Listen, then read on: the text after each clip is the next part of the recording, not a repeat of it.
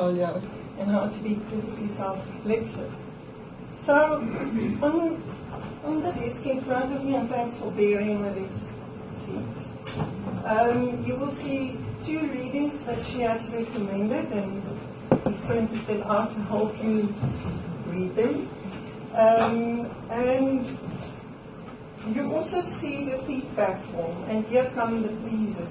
Please complete the feedback form, and please complete the attendance form starting with Marianne's signature. Then I have to just first tell you what AUXIN is about.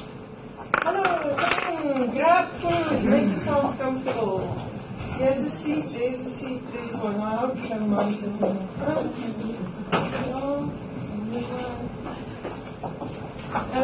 So AUXIN means growth in Greek.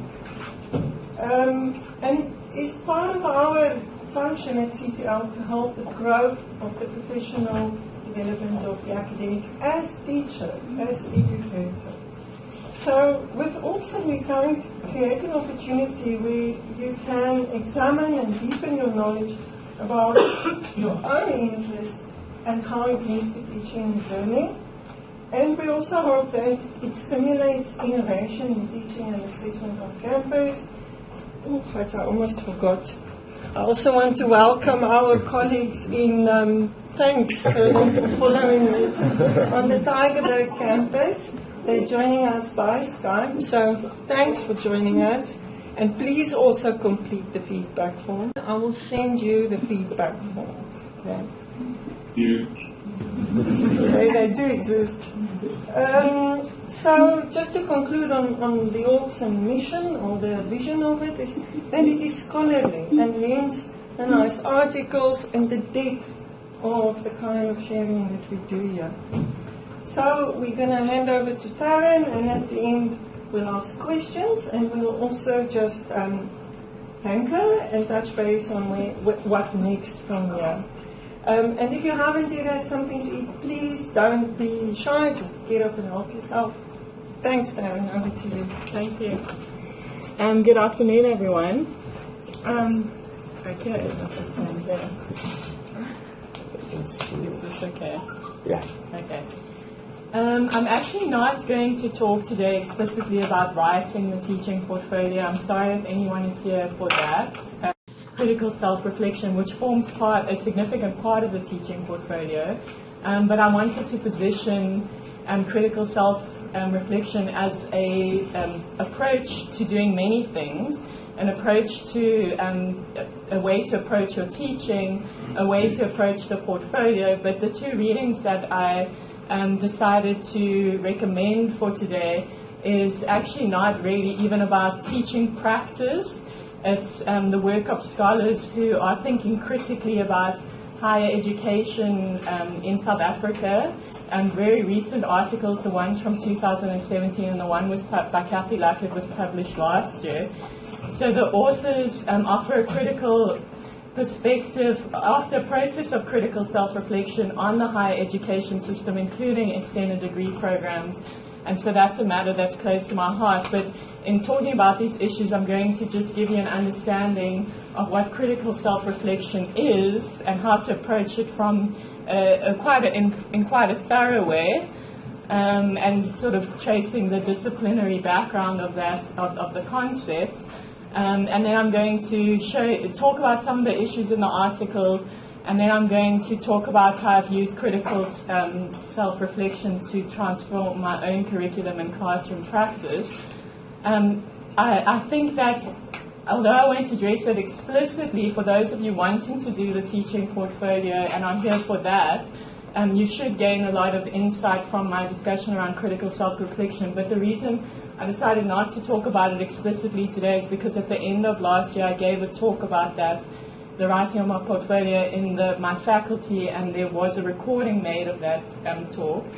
So that is available to you if you're looking at exactly what the portfolio entails. I know some people, whenever I speak to people about the portfolio, everyone's going, the style, but what do you write? How, what are the stylistic features? And I'm not really going to go into that, but it's an important aspect of critical self-reflection because obviously it lends itself to narrative style A lot of people struggle with that, so please, I don't want to punt my own podcast because I feel uncomfortable being recorded anyway, but if you feel like you would like some help there, then I can ask Karen exactly where you can get that podcast. So as Claude already established, I have a background in critical applied linguistics, and there's many approaches to critical self-reflection, but I want to show you how my understanding of language and discourse has led to a specific understanding of critical self-reflection, although many others exist.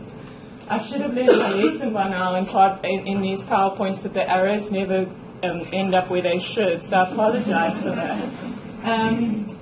I'm going to start with a quote by Kathy Luckett, who she describes herself in the article that I gave to you as a white female academic working in an education development program in a humanities faculty at the University of Cape Town, where the Roads Must Fall protest began in 2015. So she really, that's sort of the introduction as a way of her reflecting on her own subject position and identity in her work environment, which is something that is sort of has to be done when you engage in critical self-reflection. So she says something which I really take to heart. I actually really love this quote. She was talking about how it was quite difficult after the protests to sort of engage in work life that she had normally done, and she said, I believe we could use this moment as an opportunity for critical self-reflection, for exercising humility, for unlearning what we thought we knew. And I thought that is a very relevant quote because you'll see that even the work that she's critiquing in this article, it's a critique of her own work, and it's a critique of her own assumptions that she has published on, and publications which have been cited many times, but she is prepared to unlearn what she thought she knew. For those of you that haven't picked up on this yet, there is a rising popularity in critical self-reflection in higher education context. So I know that this isn't a good indication, but if you Google it, it returns over 3 million hits. So when I saw this, I felt like I was kind of late to this really big party. But you'll also see that in the addendum to the SU Teaching Excellence Awards, they mention critical reflection as an important aspect of what you need to do in order to write this report. So it's part of our institutional philosophy as well. And all of this is trying to create a critically reflexive practitioner. So that's important to keep in mind as I move through this presentation. The question is, why is it becoming so popular? Why is this resurgence happening? According to an article which I draw on quite heavily, which I actually didn't recommend for you today, Fook et al. Say that the recent resurgent interest may be seen as a return to reflection after centuries of searching for stable truths and foundational knowledge. So I think that's true globally. And you can see from the returns on Google that the citations are actually from such a variety of disciplines. So you can see that a lot of disciplines are perhaps questioning these stable truths and foundational knowledge. But I really see in South Africa the return to critical reflection as a part of a movement to really create transformation in this higher education context. Okay. So there are many approaches to critical, I often call it critical self-reflection, or critical reflection is the easiest term sometimes, but you can't actually critically reflect without reflecting on your own identity and subject position. So I'm going to take you through a few approaches to critical self-reflection, but I would like to just state from the outset that it's always a process, and I quite like the way these authors lay it out. It's a process of examining your assumptions, determining the origins of these assumptions, reviewing and evaluating these assumptions, reworking your concepts and practice based on this reevaluation, and then starting again. So, of course, ideally it is a never-ending process. The historical overview and influences of critical self-reflection is really interesting. I mean, a lot of authors trace it back to Socrates. Some look at the work of John Dewey, an American philosopher and psychologist or educational reformer. But as you'll see in the beginning, well, earlier on I said it's about creating this critically reflexive practitioner. A lot of those ideas relate to work of an American philosopher and professor in urban planning who looked at critical reflection for its application in professional practice learning. So some of the ideas have those historical roots. As I've been saying, there's many approaches to critical self-reflection, but the one that appeals to me the most is the approach which is rooted in critical theory, which is the theory that underpins my own subject expertise in critical applied linguistics. So to me, whenever I see the word critical, I think of critical theory, but critical self-reflection doesn't necessarily refer to this, but it's the route that I take. So critical theory is a sociological theory, often associated, well, definitely associated with the Frankfurt School. It goes above and beyond just taking a negative judgment towards something in the world, but to evaluate something from multiple perspectives. And it's really an approach of unmasking things that we would otherwise take for granted. So I'm detecting and unmasking existing forms of belief in order to enhance the emancipation of human beings in society. So for Marx, critique was really an emancipatory act. And I've always enjoyed this quote by Horkheimer. I think it's in almost every presentation that I give. Horkheimer describes a theory as critical if it is one that seeks to liberate human beings from the circumstances that enslave them. So, as I've been saying, by its very nature, criticism has to be self-critical. What's also important to me, and the approach which I align myself with, is the approach to critical self-reflection where theorists really highlight the importance of language in society and the ways in which language constructs the world and the way in which we experience it. So if you take this perspective in examining your own beliefs, it would be looking at the concepts that you have and where those concepts came from and the underlying assumptions and ideologies with regards to those concepts. But it's placing a pivotal and really central role of language in your day-to-day lives, in our day-to-day practices, and understanding the terminology that we use and the ideologies that are associated with any given terminology. So for me, the role of language is central, and this understanding of critical self-reflection and its links to language lends itself to forms of discourse analysis. So discourse, I think, is a term now that's being used in all disciplines, in all fields.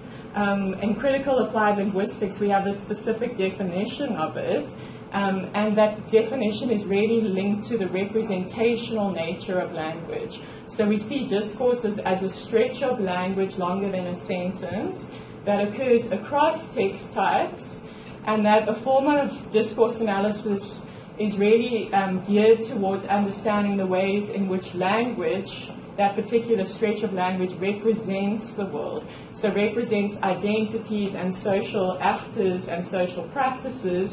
And in doing that sort of deconstructive work, you're doing exactly what the critical theorists asked from people, and that is to bring to light the things which we take for granted.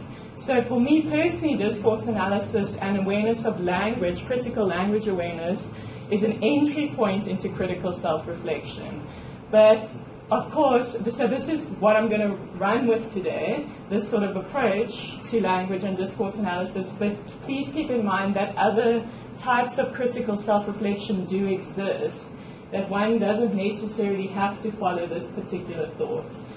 So there are many types of discourse analysis as well.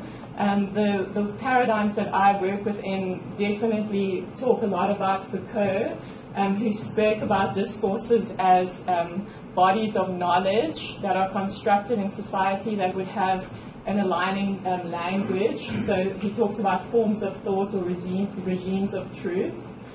And in the second point there, you'll also see Foucault's understanding of discourses and how they're linked to power dynamics in society.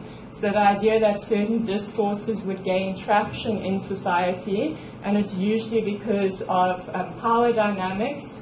So those with more agency, it's more likely that their discourses and ways of representing would be adopted in a particular context, and that those ways of representing become taken for granted. So at this level, to reflect critically, practitioners need to understand the historically contingent nature of their ideas.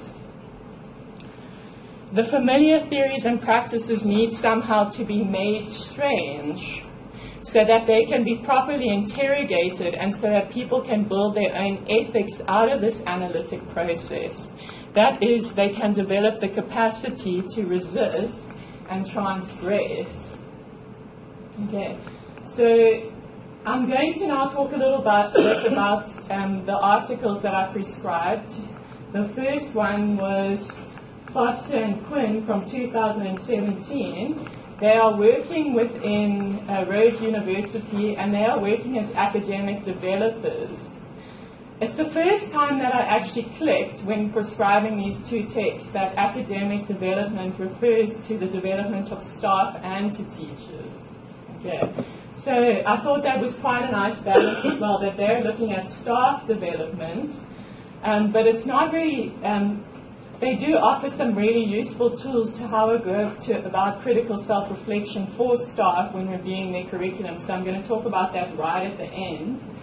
But what I like about this is that you can see how they have used discourse analysis to reflect not on their own practices, although they do, so it's not only on their own practices, but the discourses that have underpinned their practices as academic developers over the last 2 decades.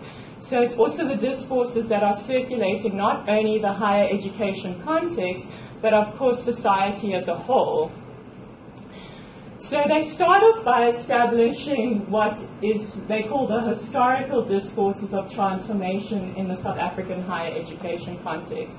And they start off by saying we've had this discourse of transformation at the university for a very long time, but yet this protest, and it's a point that Blackett picks up again, have showed us that perhaps transformation isn't really taking place to the extent that we would like it to. So what does this discourse of transformation actually mean? They also point out that these discourses, these ways of thinking, have also led to certain practices in the university, such as development practices for black staff members and black students, one of which is historically extended degree programs. So it just also shows you the link between discourse and practice. But they identify, and I think this is a very, very interesting perspective, and it's perhaps not new to any of us, but it's very, very useful for me to be able to think of it in terms of discourses. So they say that in contemporary society in South Africa, there are the circulation of 4 new discourses of transformation.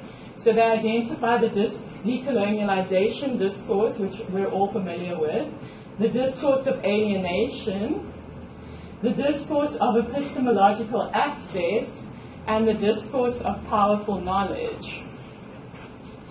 So you will see that Blackett picks up on these ideas in her work, which was published in 2019, and she focuses on the discourse of epistemological access and the discourse of powerful knowledge. I don't have time today to talk about all of them, so I'm leaving out the discourse of powerful knowledge and just focusing on the first 3. And remember, this focus is just to, again, bring to light things which we take for granted. So I think we're so used to hearing about decolonial discourses that we don't actually think very closely about the implications that, I'm sure we do. I think people get quite heated when post-colonial and decolonial discourses come up. And I think what these authors do very well is they show the ways in which these can be critiqued, like any other discourse. I also encountered a very useful article on that topic by Nuran Davids. She gives a very interesting critique of decolonial discourse. So I really recommend going to have a look at that as well. What I've also included on the left-hand side is to show you my own analysis of media text and how you see the decolonial discourse entering into public discourse as well.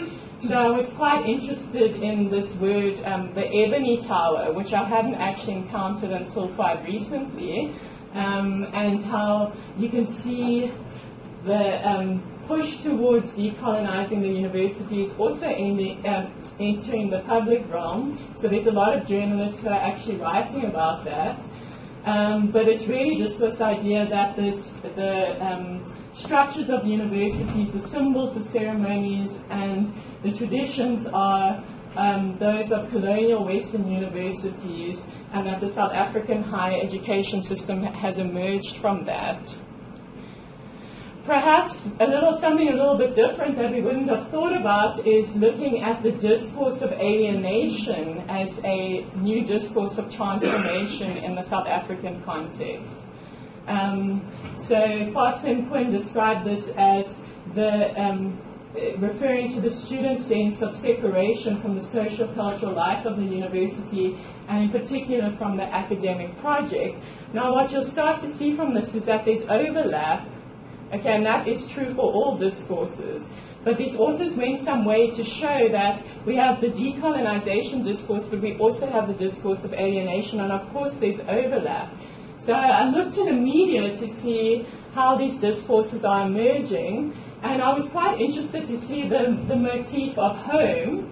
And what I was very interested to see, just as like a sort of commentary, is a quote by Nico Flitter, who sort of refers and in some way harps onto this, attaches to this discourse of alienation. And he says, a university is not meant to be a home. It is supposed to challenge your mind and confront you. If you are comfortable at university, you are already a part of the bourgeoisie, living the good life. The university must confront you with your values and ideas, and it is in this process that you decolonize and empower yourself. Okay.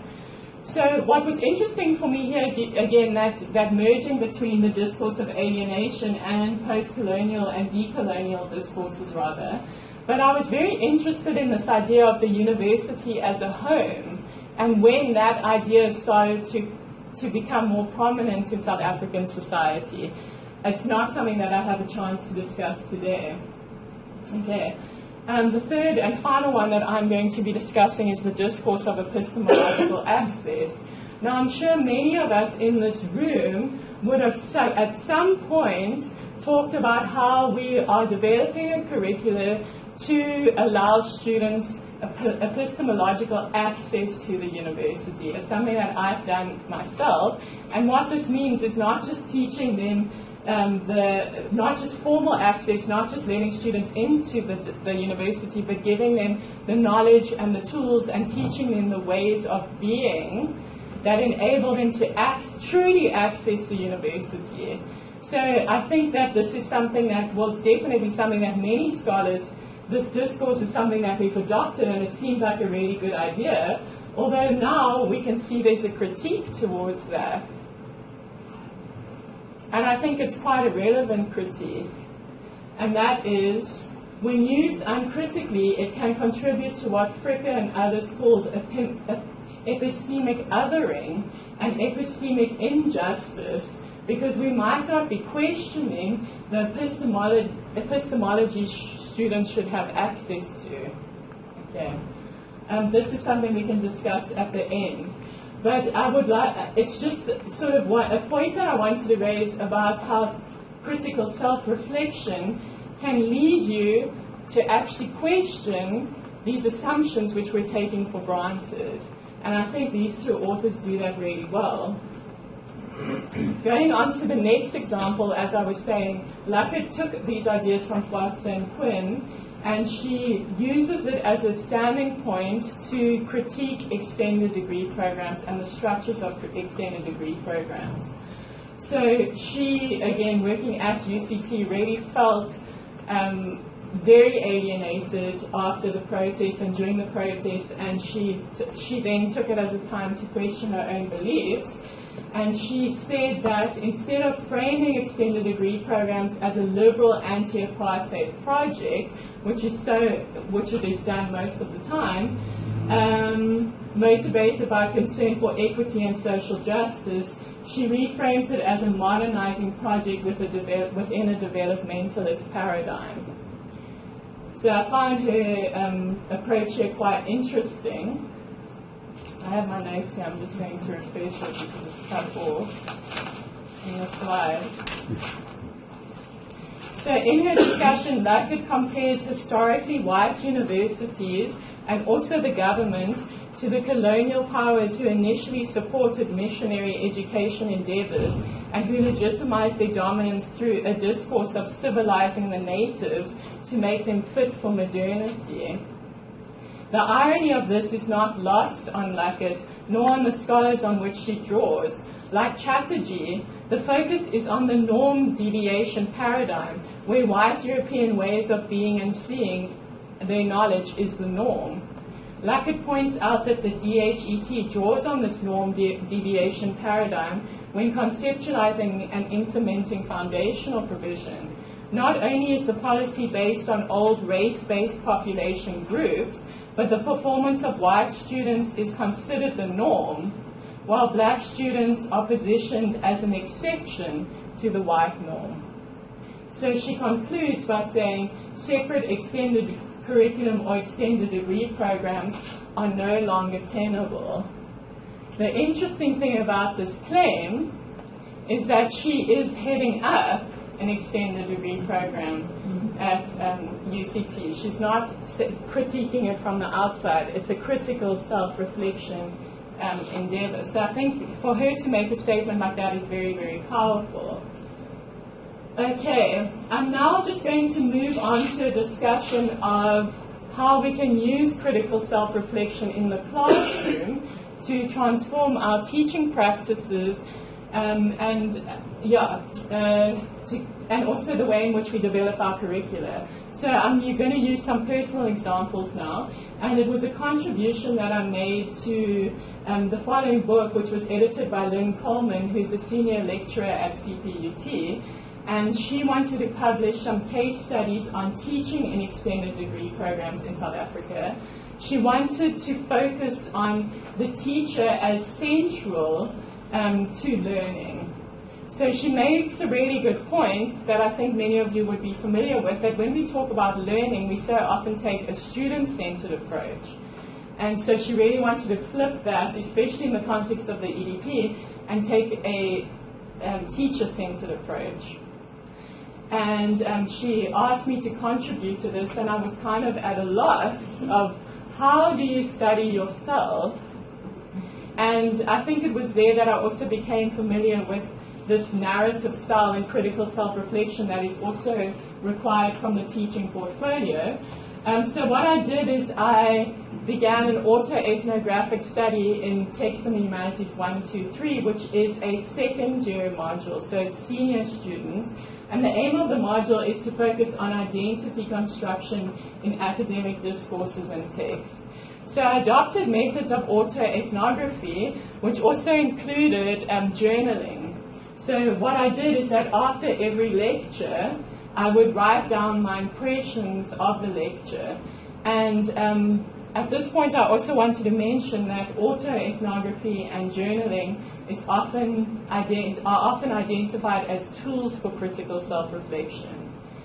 I must say I felt very uncomfortable with this practice because it was you have to make the claim, you have to really believe that what you're doing is that important that it warrants researching yourself. And it seems very egotistical. But I felt in the end I could align myself with it because of the literature that has been written on the experiences of lecturers working on extended degree programs and how they themselves feel outside of the normal day-to-day academic practices. So I felt I wanted to ask myself questions of whether I experienced that to be true. So I ran with this auto-ethnographic research. I've spoken a lot about this work, and this is a quote that I've published in this book. And through this, I became aware of a lot of things. And I had a few of those moments from journaling where it was just like, I can't believe I just did that.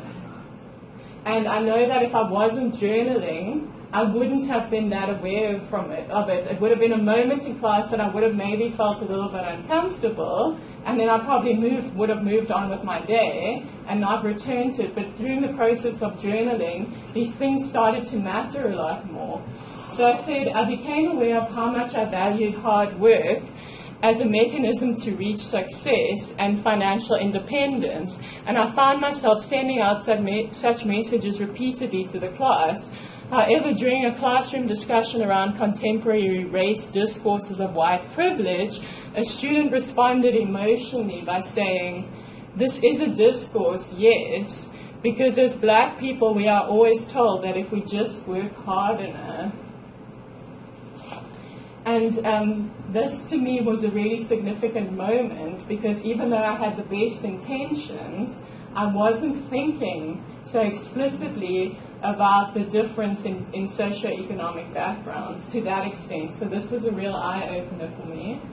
But this research continues, but really just to frame my the approach to the course, because I found it so useful.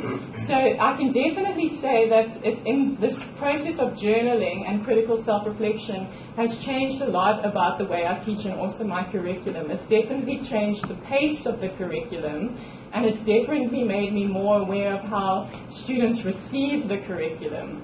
So just as another example, which actually comes from this year, a few weeks ago, this is the prescribed article on the left, and the article is called "I Don't Know, It Contradicts, Identity Construction and the Use of English by High School Learners in a Desegregated School Space."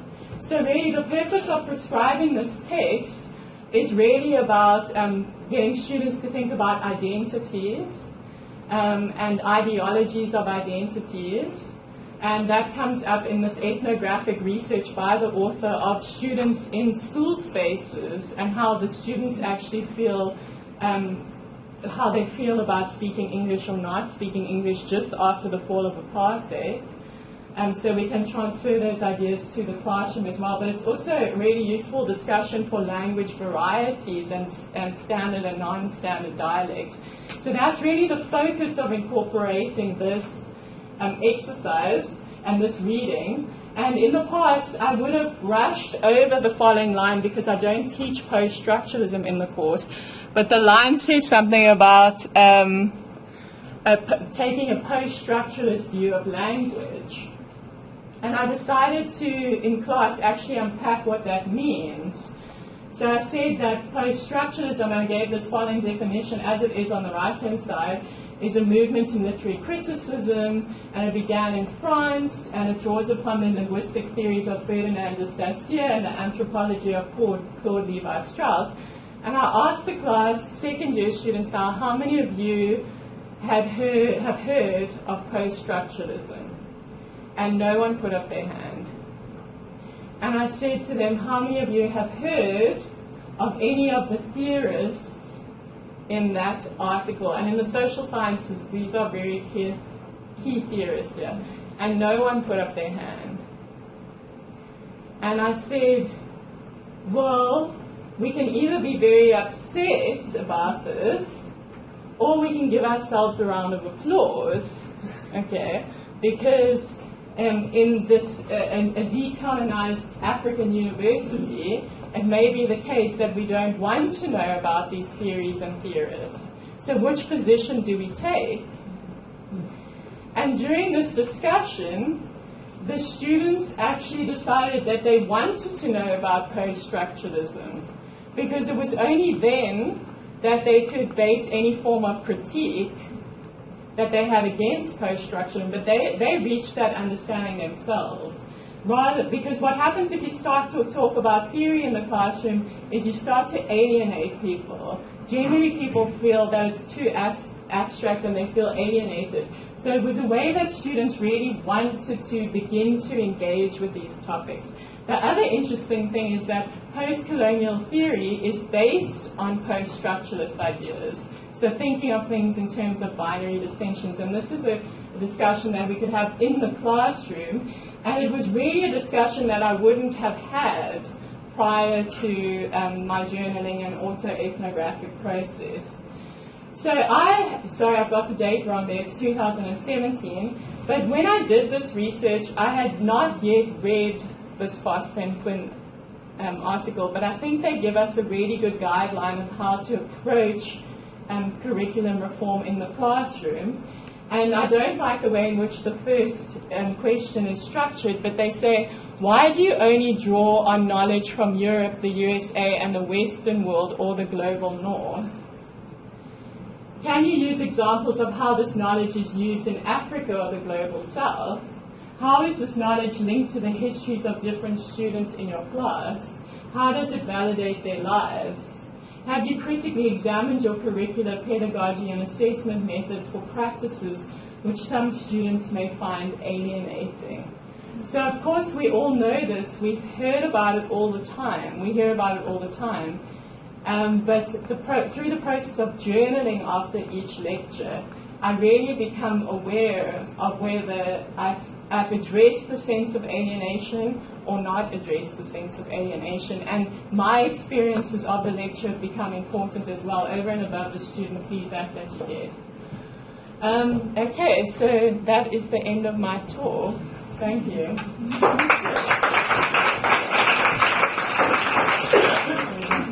Thanks, Darren. Let's have some questions and discussion, and I'll just write the URLs of that podcast that you mentioned about when you did discuss teaching portfolio more with a focus to teaching portfolio. Yeah. Which doesn't mean that this is not relevant. And then these URLs that I will write up for you, there's two of them. The one is from the Faculty of Arts that Karen compiled, and the other one is from CTL, again with the help of Karen, and it's specifically for guidance on teaching portfolios. But questions?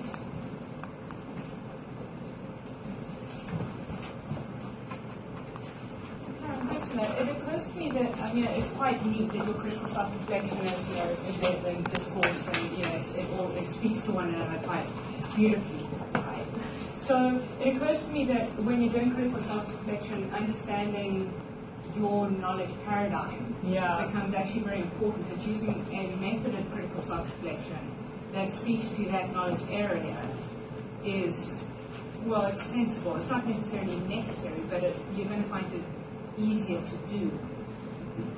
Yeah, I think it's sensible, it's necessary, and I think it's important because I think that, as I was saying, when we talk about these racial distinctions and post-coloniality, people can get really worked up and upset, and I get it. And I think that what Vorster and Quinn's analysis really shows is we don't actually have to adopt that discourse. I think many of us are doing good work, and we should be true to ourselves and our own subjectivities, but it's applying a type of critical self-reflection that remains true to you and your discipline. So there are many different approaches, and I really would urge people to find an approach that's suitable for them and that they are comfortable with. Yeah. In theology, we work a lot with hermeneutical theory. Yeah. And the Verdict of Gardner and the hermeneutical circles, starting with realizing where you're coming from, and then coming up short, and then the interplay. So that might be also very valuable for your station thing at Gardner. Yeah, no, very valuable. And in fact, hermeneutics is often also forms part of sort of the underpinnings of discourse analysis.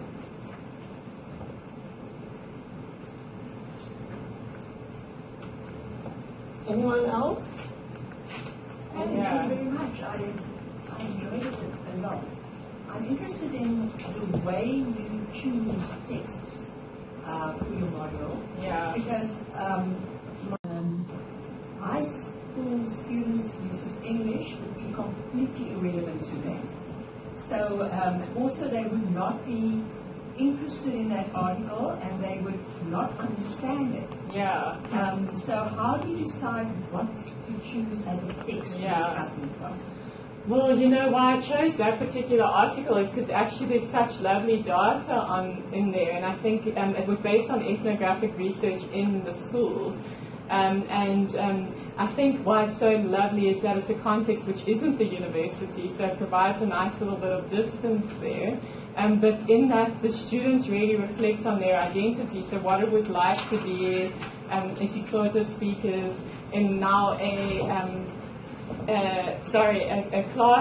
school where they either were asked to adopt English in certain contexts, or they could speak their mother tongues in other contexts. And so they were asking these school students to reflect on this, and so you get this really large data set. And through this data set, you can start to see how much language is a part of their identity. And it's using that data where students can then begin to reflect on their own situation. So that's why I chose that article specifically. But to be honest, this whole process of critically self-reflecting has led me to ask the same question. Why do I choose articles? Sometimes I know I've chosen them because they interest me. And then, and sorry, just to go back, that's why I've often just brushed over the fact that the author uses post-structuralism because that's not relevant. And I've become more aware that I've chosen articles because they're interesting to me. And sometimes the students pick it up and they love it, and sometimes they don't. But to be honest, I'm starting to feel more and more that I really just want to write my own text to distribute amongst the students, because it's only then that I can give them stuff that's entirely relevant to what we're doing. If you choose an article or another text, you often have to ignore stuff that isn't relevant, and sometimes that can be problematic.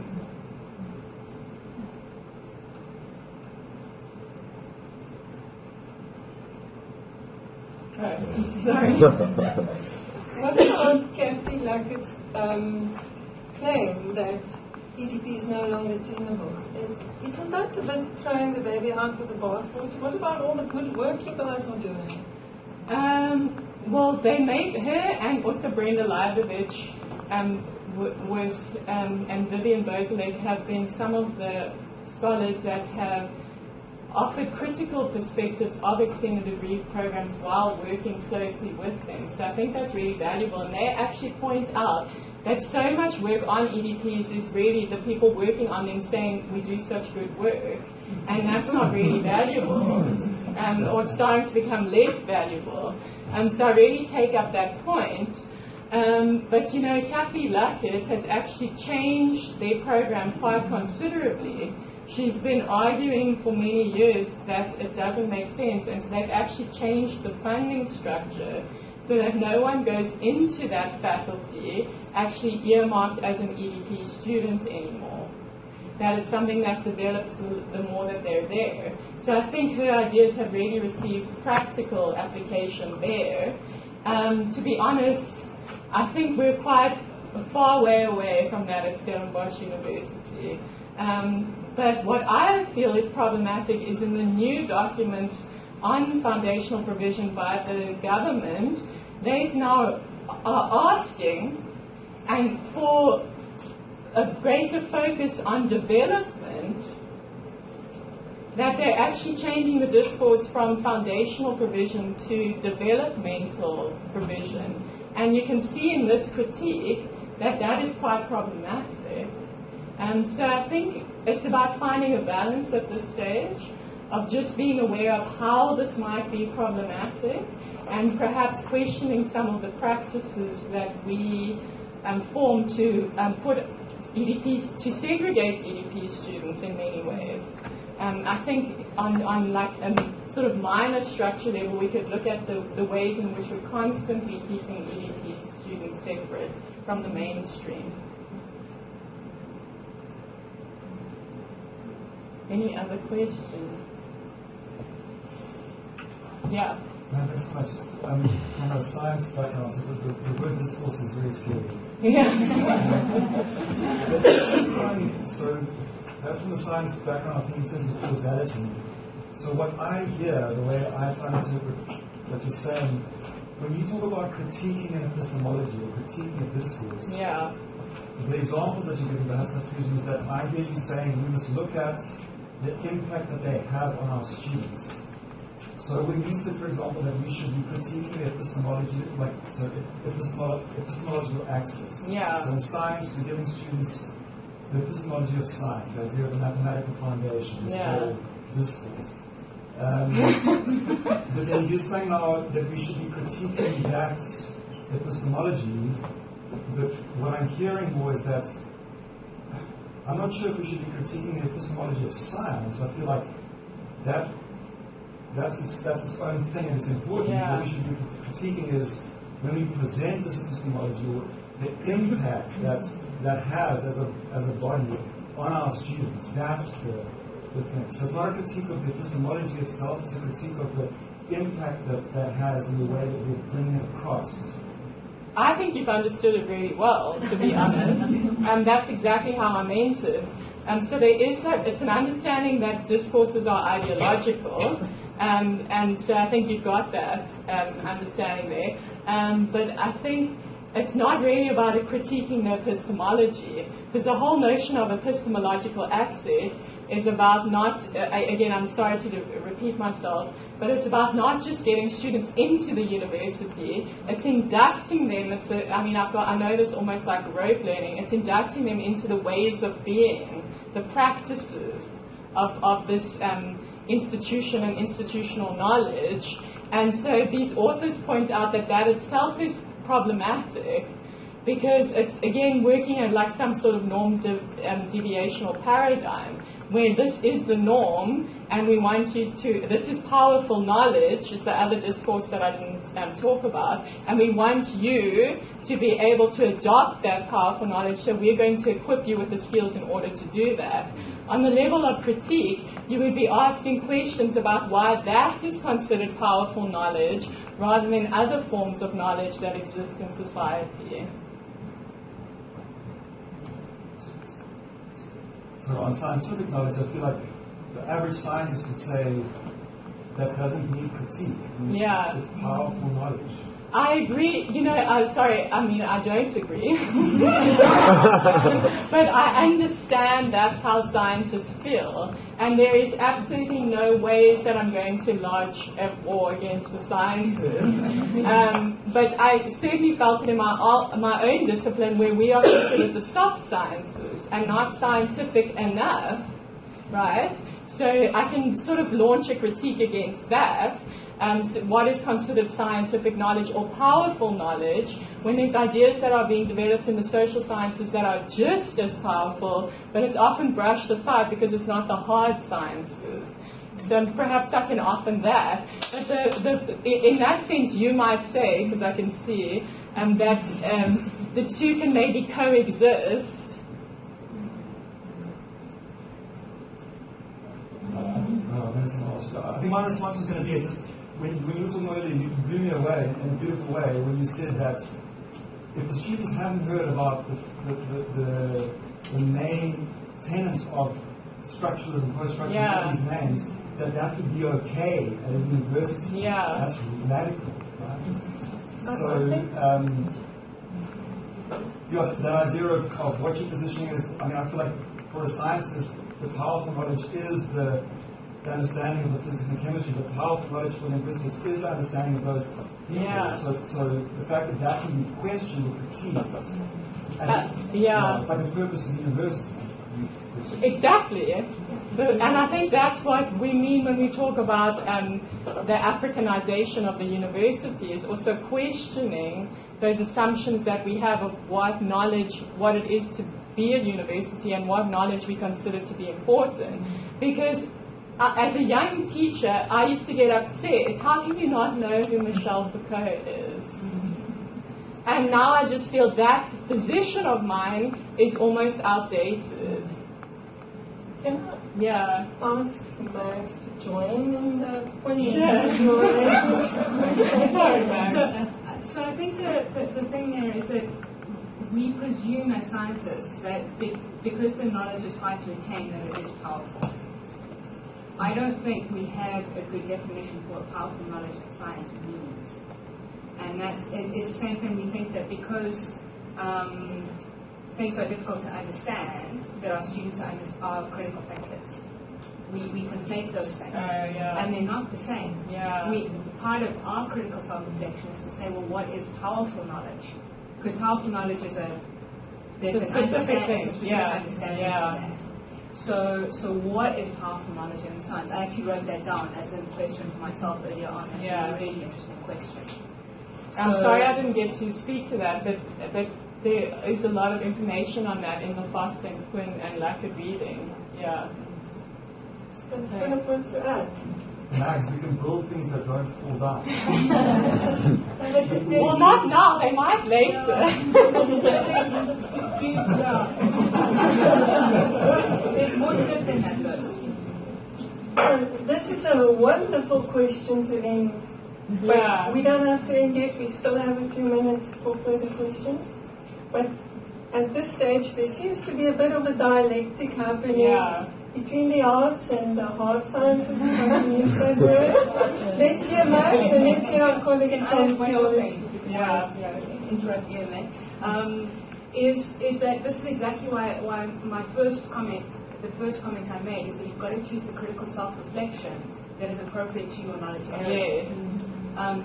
Discourse could end us down a rabbit warren that we don't actually want to go No, down. I agree. Because of the knowledge area in which we're working. I agree, and I think that even this level here is critical self-reflection. And I think this is important. It doesn't have to necessarily, I mean, obviously it would be nice if it influenced practice, but I think that it's just engaging with why we do things and how we do things. I just wanted to say just the fact that my colleague at the back refers to himself as a scientist. Yeah. And not as a natural scientist or whatever. It tells me he thinks that's the only paradigm. So you must qualify yourself. Social science.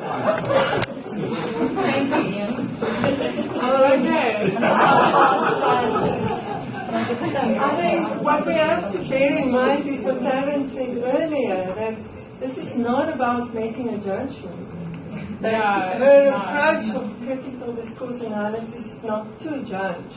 So I think the dialectic between the epistemology and the powerful knowledge and between science and arts and humanities is where the beautiful engagement comes from.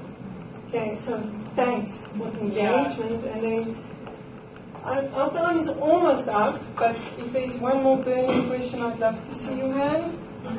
Thanks. When you talk about powerful knowledge, can you only define powerful knowledge? For me, powerful knowledge is science. It's somebody putting an idea out there, to critique if it's a good idea, it stays. It meets the test of time. If it's not, then it falls away. So for me, that's powerful knowledge, whether it's in the natural sciences or any other science. The term powerful knowledge actually has a distinctive history. So it's the work of Young, to me, the reason why I didn't engage with it is because there's such an overlap between powerful knowledge and epistemological entry. So it's this idea that certain discourses and knowledge sets are powerful in that it gives the people who have that knowledge and power more agency in social context.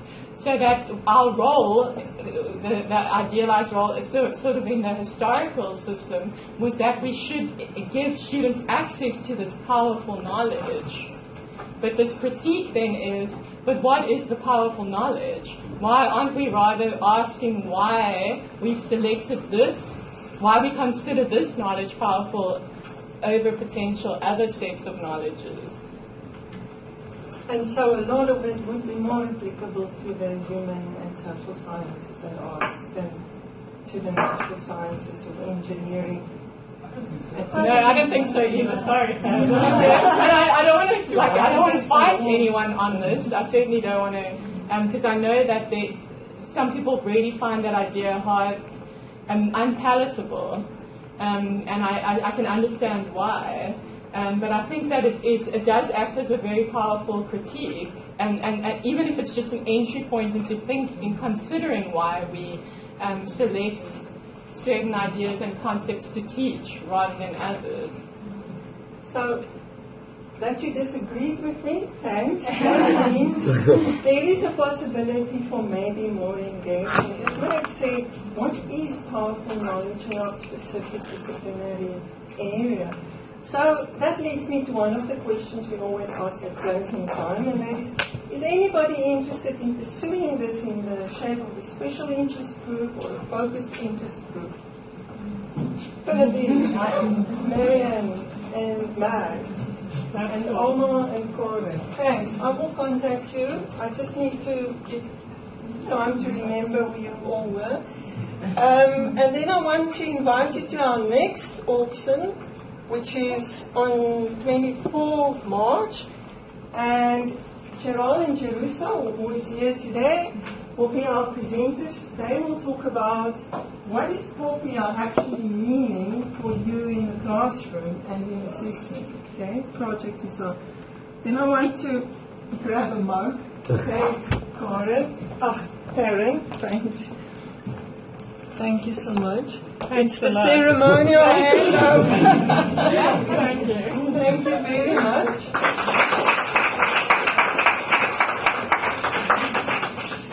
Thank you. Thanks. And Thanks, if I everyone. can maybe just have a look again, it's Gareth, Philip, Ian, am I right? Ian? Oh, yeah.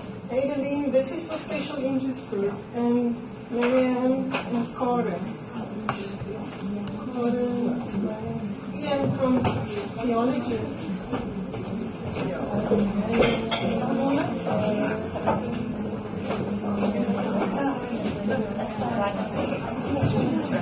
Okay, baie dank julle. Okay, tot ziens. Bye-bye.